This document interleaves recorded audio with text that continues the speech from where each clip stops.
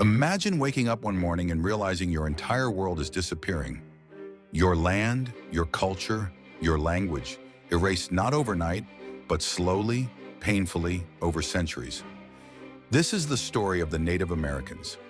A story not of a single tragedy, but a long, relentless chain of them. Before Europeans ever set foot in the New World, North America wasn't an empty wilderness. It was alive, filled with cities, trade routes, and nations that had thrived for thousands of years. The Cherokee called themselves Anivia, the real people. The Lakota believed every river and stone had a spirit. The Iroquois built one of the world's earliest democracies, a system that even inspired the Founding Fathers. This was not a land waiting to be discovered. It was a land already full of life. And then ships appeared on the horizon. The most tragic part is that the native population didn't vanish first to weapons, but to something too small to see: disease. Smallpox, measles, influenza. Entire villages died in days. Some communities lost up to 90% of their people before they ever saw a European. Imagine watching your elders, your children, your entire tribe fall to an invisible killer, and not knowing why. It was the beginning of a nightmare. As colonists spread across the continent, their hunger for land never ended. Treaty after treaty was broken. Maps were redrawn overnight. Homelands that had existed for thousands of years were taken with a stroke of a pen. To the settlers, America was an open treasure chest. To the native peoples, it was a slow suffocation. Then came the darkest chapter, the Trail of Tears. Under the Indian Removal Act of the 1830s, entire nations were forced from their homes. Families walked over 1,600 kilometers through cold and starvation, with soldiers at their backs. Mothers carried dead children because they refused to bury them in foreign soil. Thousands died. It wasn't a journey, it was a funeral march for entire tribes. After the land was taken, the government set out to destroy the culture. Native children were taken from their families and sent to boarding schools where their hair was cut, their language forbidden, and their spirits broken. Kill the Indian, save the man, they said. It was cultural genocide, an attempt to erase a people from history itself. And when the U.S. Army realized that the Plains tribes depended on the buffalo to live, they slaughtered the herds.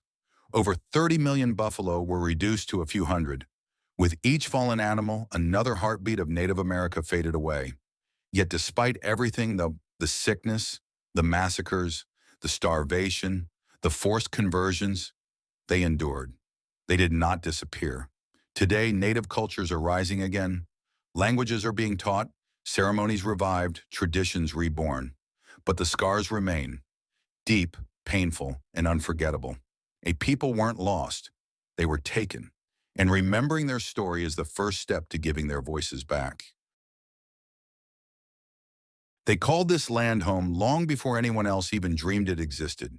Forests whispered their stories, rivers carried their prayers, and the wind itself seemed to speak their names.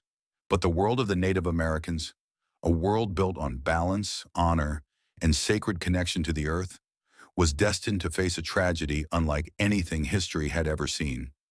It didn't happen in a single war or a single year. It happened slowly, like a candle burning down to nothing. When Europeans first arrived, the tribes welcomed them with curiosity and caution. They couldn't imagine that these strangers would bring the deadliest weapon of all: disease. Smallpox swept through the villages like a wildfire with no flame. People woke up healthy and died the same night. Entire families vanished without a single arrow fired. In some regions, 9 out of every 10 native people were gone before the settlers even pushed inland.